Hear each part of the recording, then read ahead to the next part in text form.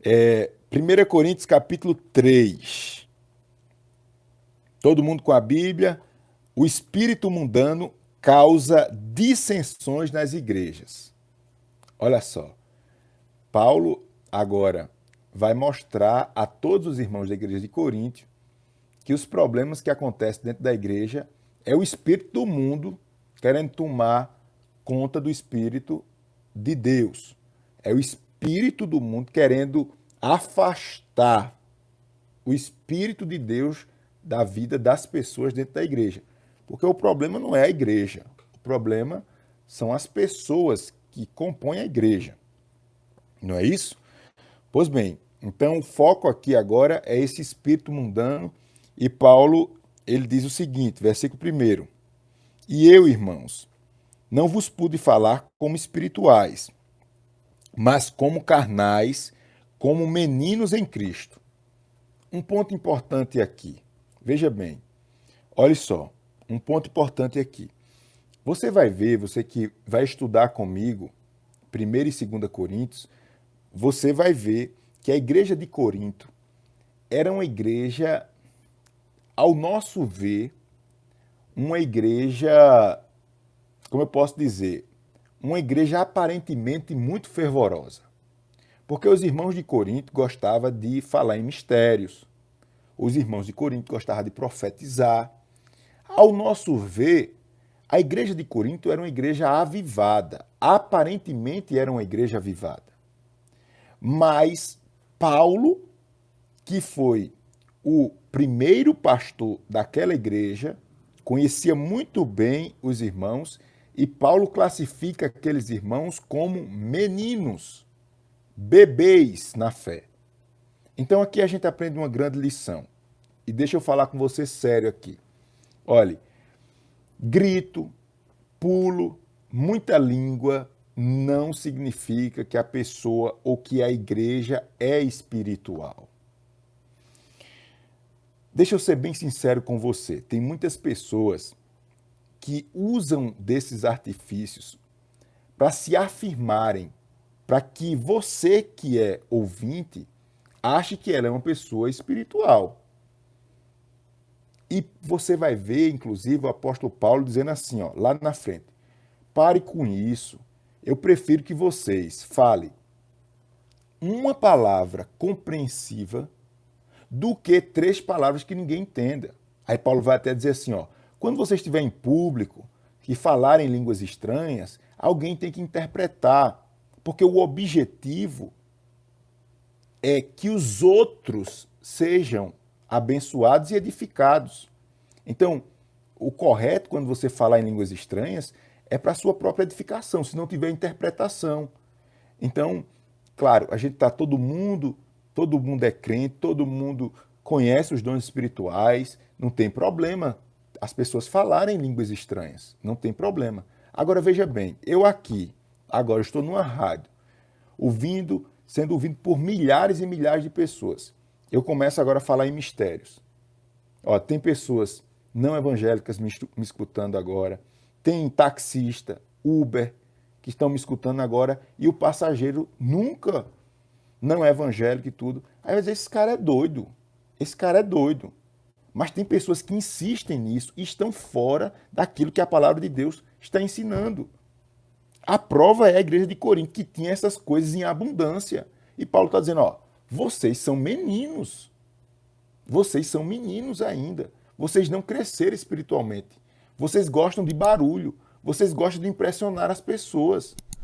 Mas vocês não estão se comportando como pessoas que tenham maturidade na fé. Então, muita atenção com esse tipo de coisa, porque você pode ser taxado pelos outros como louco. E Paulo vai falar isso. Paulo vai falar isso. Paulo vai dar até um exemplo. Se uma pessoa que não é evangélica entrar na igreja, ver todo mundo falando em língua, vai dizer o quê? Vocês estão tudo doido, né? Então a gente tem que ter muito cuidado com isso. E tem muitas pessoas que usam desses artifícios para se promover, para você, ouvinte do outro lado, achar que a pessoa é espiritual. E o falar em línguas não demonstra espiritualidade. A prova é a igreja de Coríntio.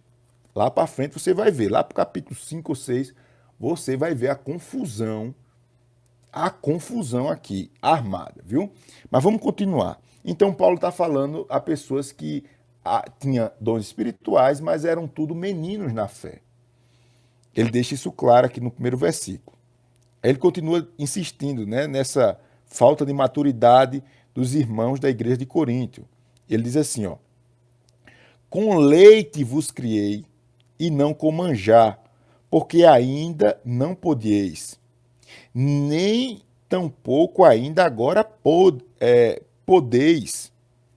Ou seja, Paulo está dizendo assim, vocês ainda estão tomando leite, eu queria dar uma coisa mais forte para você, mas vocês nem podiam e nem podem comer algo melhor, vocês são bebês ainda, porque ainda sois carnais. Isso é forte, né? Pois havendo entre vós inveja, olha o que tinha dentro da igreja lá, inveja, contenda e dissensões, não sois porventuras carnais e não andais segundo os homens? É uma pergunta. Paulo está dizendo, a gente vê tudo isso na vida de vocês, é porque vocês são carnais. E o Espírito de Deus não habita em vocês, e sim o Espírito dos homens.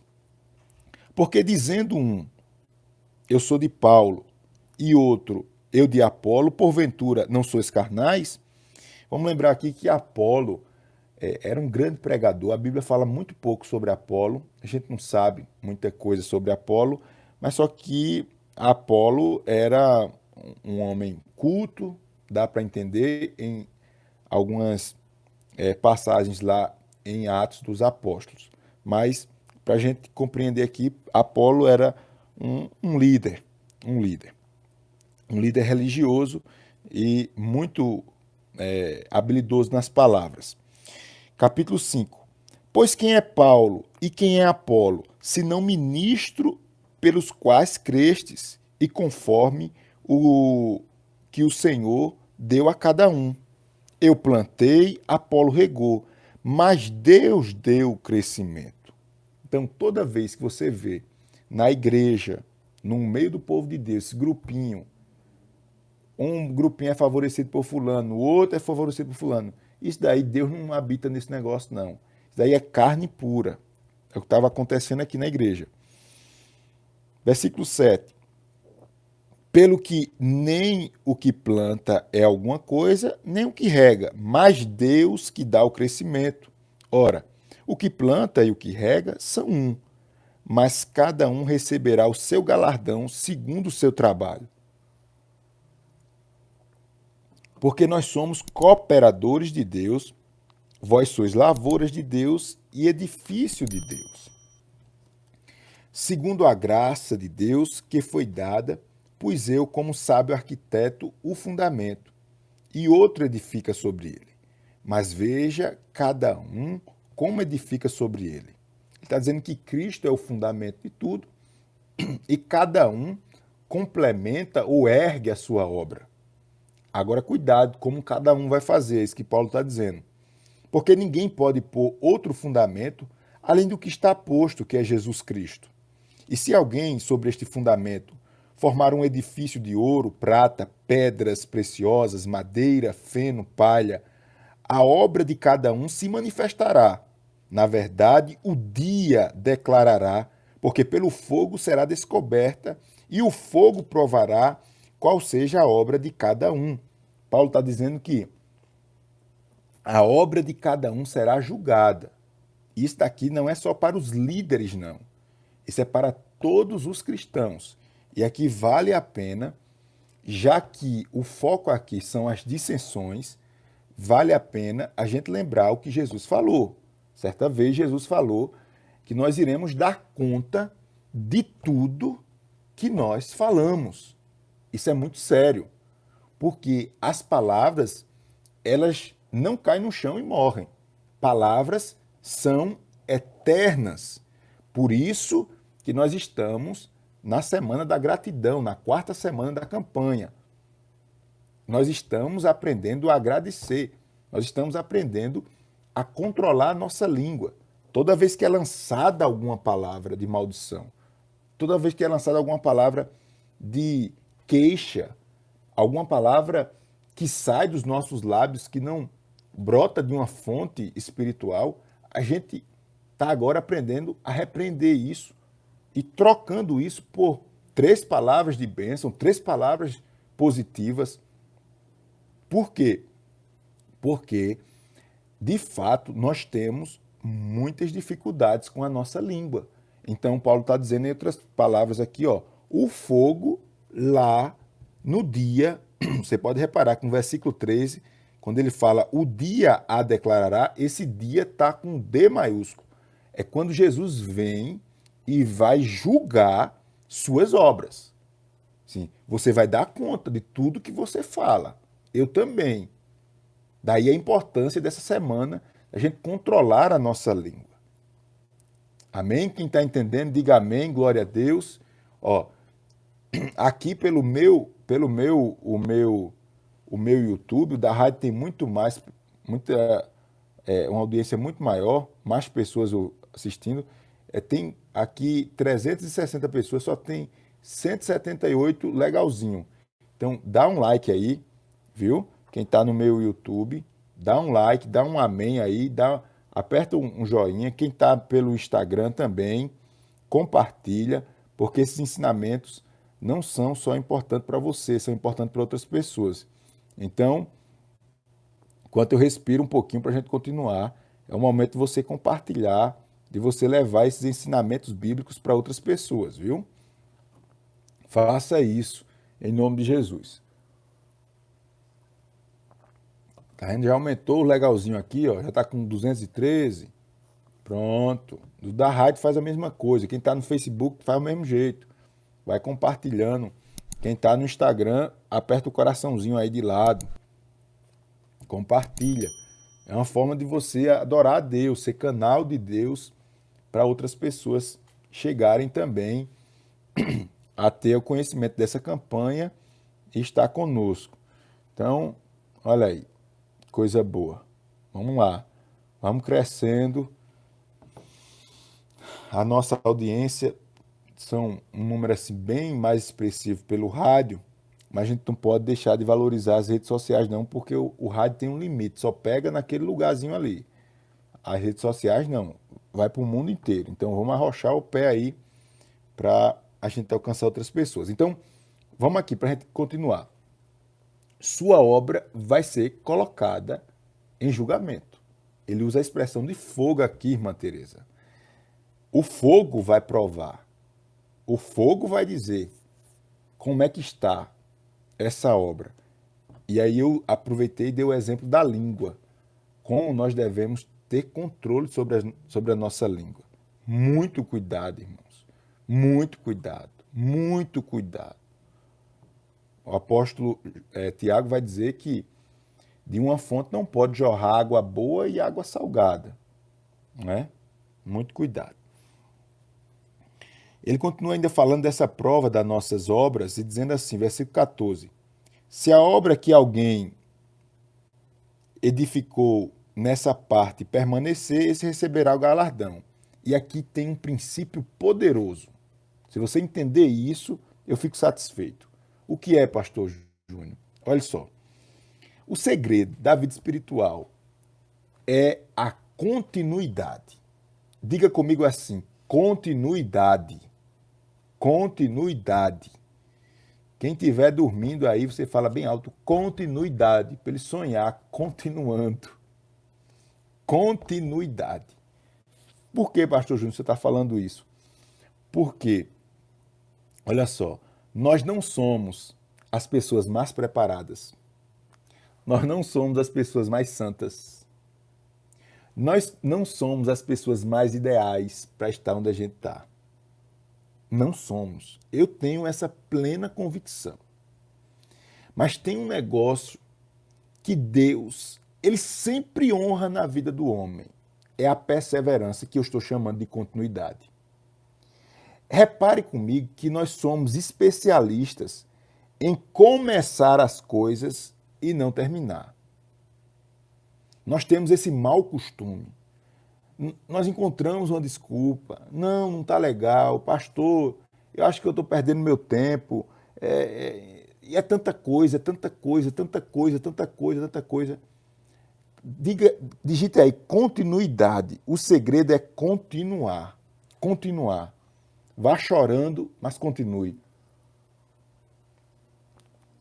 Você imaginou, você que investiu em algum negócio e você parou, deixou para lá, ou alguma atividade profissional, ou mesmo algum, sei lá, algum esporte, você parou. Imagine se você tivesse nesse mesmo ritmo, ou naquele mesmo ritmo, agora, já fazem não sei quantos anos, 10 anos, imagine, se você tivesse com a habilidade, com a experiência nessa atividade que você fez 1, 2 anos e parou. Imagine se você tivesse agora já. Faz quanto tempo você parou? Ah, pastor, faz 10 anos. Imagine se você tivesse 10 anos nisso.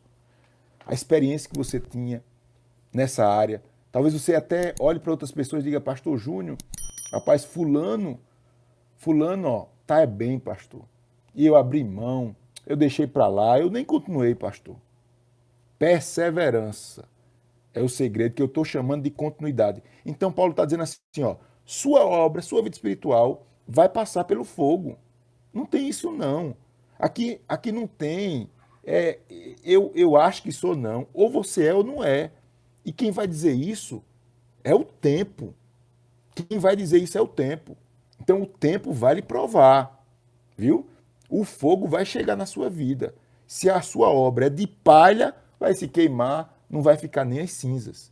Agora, se a sua obra for de ouro, de pedra, pedra preciosa, aí sim vai ficar alguma coisa. Continuidade. Não esqueça disso. Olhe, os grandes na terra, quando eu digo grande, os prósperos, talvez você diga essa palavra próspero não soa bem, porque tem a teologia da prosperidade, um bocado de baboseira, um bocado de não sei o quê, que não vale a pena a gente falar. Mas a prosperidade é bíblica. E o que é prosperidade, pastor Júnior? Prosperidade é só você não parar de crescer. É só isso. É só isso. Não, pastor, essa palavra nem combina com a gente. Prosperidade. Eu não gosto nem quando fala nisso. Não, prosperidade na Bíblia é só você não parar de crescer. E você parou de crescer. Não pode. Não pode. Não pode. Então, as pessoas prósperas na vida, as pessoas que continuam crescendo, são pessoas que entenderam o princípio da continuidade. Entenderam o princípio da perseverança. Elas não são as melhores, elas não são as mais inteligentes, mas elas são as pessoas que continuam. Continuam. Então não pare. Versículo 15, 1 Coríntios, capítulo de número 3. Quem chegou agora, está assistindo essa live, nós estamos numa campanha, estamos no nosso 23º encontro e dá para você participar ainda da campanha, viu? Amanhã você me escuta às 10 horas que eu vou lhe explicar como é que faz para você entrar na campanha.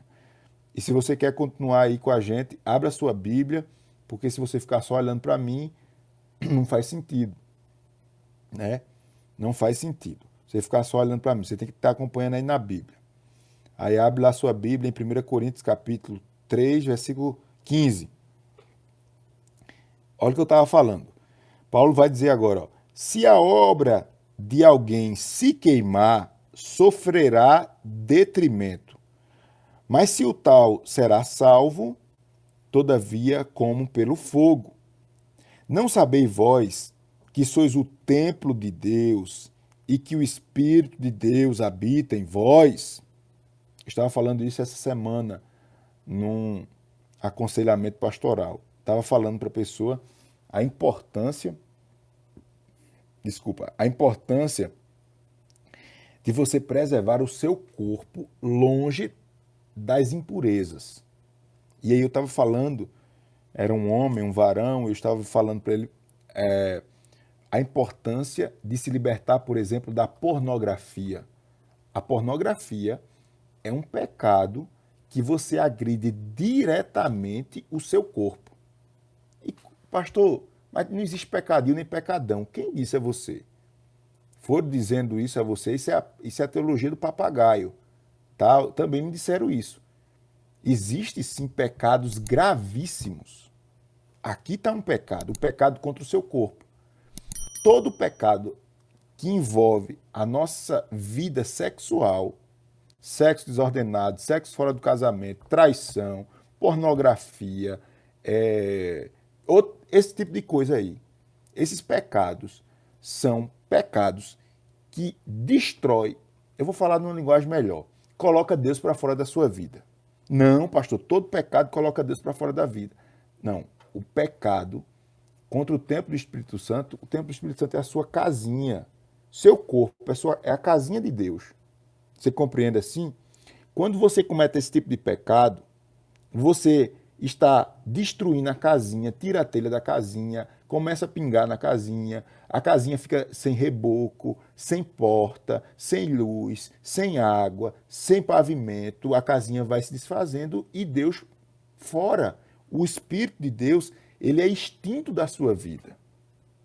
E a casinha não fica vazia, não. Quem gosta dessa casinha velha é quem? O diabo. Aí o diabo vem com mais 7 para perturbar e destruir sua vida. A realidade é essa. A realidade é essa. Pastor, eu estou envolvido, pastor, num pecado como esse. O que é que eu faço, pastor Júnior? Peça a Deus graça. Peça a Deus e enfrente isso. Em nome de Jesus. Peça a Deus e enfrente isto. Em nome de Jesus. Esse pecado, que a gente também pode chamar pecado de prostituição, porque as pessoas pensam que prostituição é só você se prostituir propriamente dito, mas não é. Biblicamente, essa palavra prostituição, ela dá a entender justamente pecados nessa área sexual. O apóstolo Paulo, inclusive a gente vai ler nesse estudo, ele pede para a gente fugir da prostituição. Sabe o que isso quer dizer? É você que está caindo em um desses pecados, que são pecados que destrói você, são pecados dos piores pecados, eu vou usar essa linguagem. Você que está nessa condição, você tem que entender que esse negócio é poderoso, que você não pode simplesmente achar que vai vencer assim, ó. Ah, pastor, agora a partir de hoje eu não vou mais ficar nisso. Não. Você não consegue vencer assim. Você consegue vencer crescendo espiritualmente e fugindo. Fugindo. Evitar estar com algumas pessoas que você sabe que você cai, que lhe levam para esse tipo de pecado. Tem muita coisa em redes sociais que é uma desgraça para isso. Quem não sabe usar é uma desgraça para isso. Principalmente homens que se envolvem diretamente com pornografia. É grupo de WhatsApp que você entra no grupo por causa de um esporte. Aí tem um pervertido lá que só vive mandando coisa pornográfica. Tenha coragem, rapaz, saia do grupo. Fale lá. Eu mesmo pratico um esporte, eu corro vaquejado e nesse meio tem muitas dessas coisas. O pessoal já sabe, não boto no grupo. Boto no grupo que respeite, porque minhas filhas pegam no celular, minha esposa pega no celular. Então você, varão, você precisa se afirmar. Agora, se você acha que não, pastor, isso aqui, não sei o quê, não tem problema, e você está caindo, como é que você vai vencer? Como é que você vai prosperar? Vamos lembrar que prosperar é continuar crescendo. Você vai regredir, Então, lembre que existe pecadinho e pecadão. O pecadão é pecado relacionado à sexualidade. Quem entendeu diz amém. A gente queria ler o capítulo 4, mas não dá, é tanta coisa para a gente falar, né? Vamos ler só o 4 mesmo. Paciência. Versículo 17. Olha o que diz aqui, ó. Se alguém destruir o templo de Deus, Deus o destruirá. Olha o que eu estava falando para você aqui. Deus está dizendo, olha, se você insistir e não tomar uma decisão para vencer os pecados de prostituição, vamos lembrar, pornografia, sexo fora do casamento e tal. A homossexualidade também é pecado. Não pode falar mais isso porque não sei o que dá processo. Pois estou pronto para tomar processo de todo tamanho, viu? Homossexualidade é pecado. com todas as letras. Amanhã eu vou estar em todos os jornais, aí, então eu vou me ajeitar aqui para ficar mais bonito. Homossexualidade é pecado. Como prostituição é pecado. Como mentir é pecado. Como roubar é pecado. A gente está falando de pecados ligados à sexualidade. Pornografia é pecado. Sexo fora do casamento é pecado. Deseja a outra pessoa que não seja seu cônjuge é pecado, e homossexualismo é pecado, com todas as letras. Então, você que está envolvido em alguma dessas questões, e se você insistir nisso, a Bíblia diz que Deus irá lhe destruir. Por isso que é bom esses estudos, tá vendo, irmão? Por isso que é bom esses estudos. Porque não tem enrolada, não tem meio termo, não. Às vezes a gente escuta uma palavra, é uma mensagem, mas aquela mensagem, Deus vai te dar vitória e tal, aquele negócio e tal. Aqui não tem para onde a gente correr, não. Não tem para onde a gente correr, não. E quem está envolvido nesse pecado, entenda que é um pecado gravíssimo. O pecado é gravíssimo. Entendeu? Você tem que vencer. Está nessa campanha, coloca... Não, pastor, eu estou envolvido nesse pecado, mas é porque eu queria que meu filho se convertesse.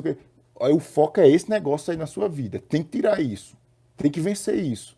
Viu? E você vai vencer. Não sabeis vós que sois templo de Deus e que o Espírito de Deus habita em vós? Versículo 17, vou repetir. Se alguém destruir o templo de Deus, se você destruir seu corpo com esses pecados, Deus o destruirá.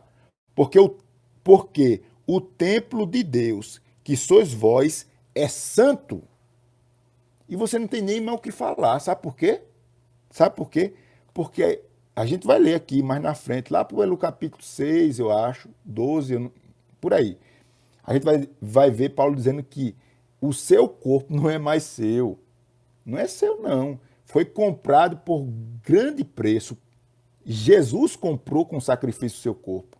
Até porque ele não mora na sua igreja, Assembleia de Deus Novas de Paz, Assembleia de Deus do Recife, Assembleia de Deus Abreu Lima, Igreja Universal, Igreja da Graça, Igreja do Poder de Deus. Ele não mora lá na igreja, não, viu? Ele mora aí, no seu corpo. Então, cuide desse corpo, porque não é nem seu. Quem está entendendo diz amém. Meu Deus, vamos lá. Vamos ler esses versículos aqui para a gente orar. Ninguém se engane, ou ninguém se engane a si mesmo. Se alguém dentre vós se tem por sábio neste mundo, faça-se louco para ser sábio, porque a sabedoria deste mundo é loucura diante de Deus, pois está escrito, ele apanha os sábios na sua própria astúcia. E outra vez, o Senhor conhece os pensamentos dos sábios, que são vãos. Olha só, tá vendo? Deixa para lá, eu queria falar um negócio aqui, mas deixa para lá. Versículo 21. Portanto, ninguém se glorie nos homens, porque tudo é vosso. Seja Paulo, seja Apolo, seja Cefas, seja o mundo, seja a vida, seja a morte, seja o presente, seja o futuro, tudo é vosso e vós de Cristo e Cristo de Deus. Ou seja, no final, tudo é de Deus e Deus está no controle de todas as coisas, porque tudo é seu, você é de Cristo e Cristo é de Deus. Foi isso que ele falou aqui. Amém?